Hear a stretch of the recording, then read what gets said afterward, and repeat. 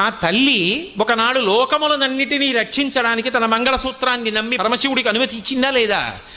శంకరాచార్యులు వారైతే అమ్మాయి ఏమిటో పెద్ద శివుడు హాలాహల భక్షణం చేసేశాడు, కంఠంలో పెట్టేసుకున్నాడు, అంతవాడు ఇంతవాడు అంటారు.